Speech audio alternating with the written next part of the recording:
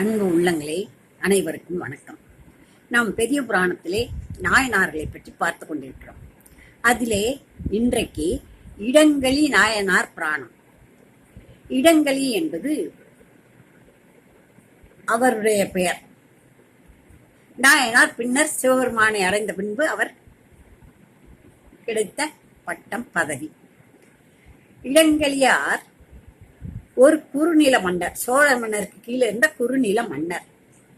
அவருடைய முன்னோர்கள் தான் இந்த சிதம்பரத்தில் இருக்கிற கோயிலுக்கு பொன் தகடு வேய்ந்தவர்கள். அவ்வளவு வசதி வாய்ந்த நேர்மையான சிவபெருமான் மேல் பக்தி கொண்ட அந்த குலத்திலே பிறந்தவர், அந்த அரச குலத்திலே பிறந்தவர் இந்த இடங்களி. ஒரு செயல் குற்றம் என்பதும் குணம் என்பதும் அது செய்தவருடைய மனநிலையை பொறுத்து உள்ளது. பொய்யும் களவும் கூட சில சமயத்தில் புண்ணியத்தை தரும். அப்படித்தான் இவர் ஆட்சி செய்கின்ற இந்த கொடும்பாளூர் நகரத்திலே, தலைநகரம் கொடும்பாளூர், அங்கே அரண்மனையில் இருக்கின்றார் இந்த இடங்களில் நாயனார் அரசராக. ஒரு நாள் அவருடைய நெல் களஞ்சியத்தில் திருடிக் கொண்டிருந்தார் ஒருவர். அவரை பிடித்து கொண்டு காவலர்கள் நிறுத்திவிட்டார்கள். அன்றைய முழுது வைத்திருந்து பகற்பொழுது சபை கூடியவுடன் மன்னர் முன்னால கொண்டு நிறுத்தினாங்க.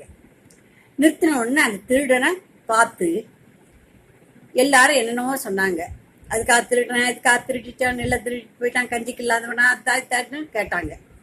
ஆனா அரசர் எப்பவுமே பொறுமையா இருக்கணும் இல்லையா? அரசர் பொறுமையாக விசாரித்தார். ஏன்பா, சாப்பாட்டுக்குள்ளேன்னு என்கிட்ட கேட்டிருக்கலாம்ல, ஏதாவது வேலை செய்யணும், வேலை கொடுங்க, எனக்கு என்னுடைய குடும்பத்தை காப்பாத்தன்னு சொல்லி இருக்கலாமே, ஏன் திருடுன அப்படின்னு கேட்கிறாரு. இதுக்கு எவ்வளவு பெரிய தண்டனை தெரியுமா அப்படின்னு கேட்டாரு. உங்ககிட்ட வந்து கேட்டா, அரசே, நான் செய்தது தப்புத்தான். நான் உங்ககிட்ட வந்து கேட்டா என் குடும்பத்துக்கு மட்டும் கொடுப்பீங்க.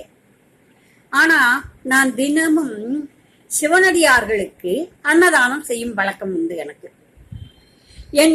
என்னிடம் இருந்த பொருள் யாவும் தீர்ந்து விட்டது.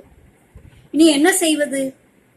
கேட்டால் குறைவாக கொடுப்பீர்கள், திருடினால் முழுவதும் திருடிக் கொள்ளலாம், நிறைய திருடிக் கொள்ளலாம் அப்படின்னு நினைச்சு வந்தேன். அதுதான் ஒரு செயல் குற்றம் என்பதும் குணம் என்பதும் அது செய்தாரின் மனநிலை பொறுத்தது. யோசித்தார் இடங்களியார். நல்ல செயலுக்காக இவர் திடீர் இருக்கிறார். சிவ தலங்களுக்கு வேலை செய்வதற்கும் அந்த தொண்டர்களுக்கும் அன்னமளிப்பது இவர் வேலை. இவர் எப்படி திருடன் என்று சொல்லலாம்? தேவையானதை எடுத்துக்கொள், போ, வேண்டியதை எடுத்துக்கொள். இது மாதிரி இன்னும் யார் இருக்காங்களாப்பா? அப்படி யாராவது அன்னதானம் பண்றவங்க இருந்தா சொல்லு, எல்லாரையும் வந்து நெல் எடுத்துட்டு போக சொல்லு அப்படின்னு சொல்லிட்டாரு. அதே மாதிரி அன்னதானத்திற்கு பொன்னும் மணியும் நெல்லும் இல்லாதவர்கள் அரசவையில் வந்து அனைத்தையும் வாங்கி கொண்டு சென்றார்கள். அதிலிருந்து அவர் என்ன செய்தார்? சிவன் கோயில்களை எல்லாம் போய் பார்த்தார். எங்கெங்கு குரல் இருக்கின்றனவோ அவற்றை எல்லாம் நிவர்த்தி செய்தார். அந்த நிவர்த்தி செய்வதற்கு நிபந்தமாக பல நிலங்களை அந்த அன்னம் இடும் தொண்டர்களுக்கு கொடுத்தார்.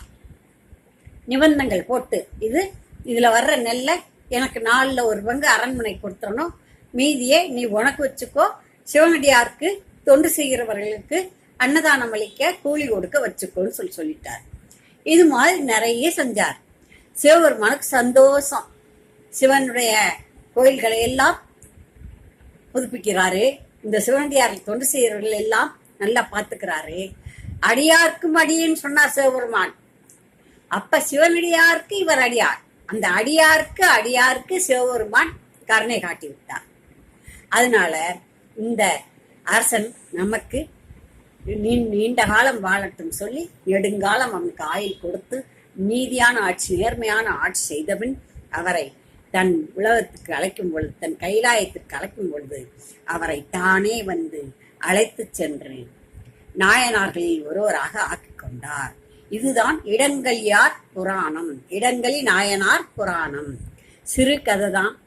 ஆனா அதுல எவ்வளவு பொருள் இருக்கு. ஒரு செயல் குற்றம் என்பதும் குணம் என்பதும் அது செய்தார் மனநிலையை பொறுத்துள்ளது. பொய்யும் களவும் கூட சில சமயத்தில் புண்ணியத்தை தரும். நன்றி, வணக்கம்.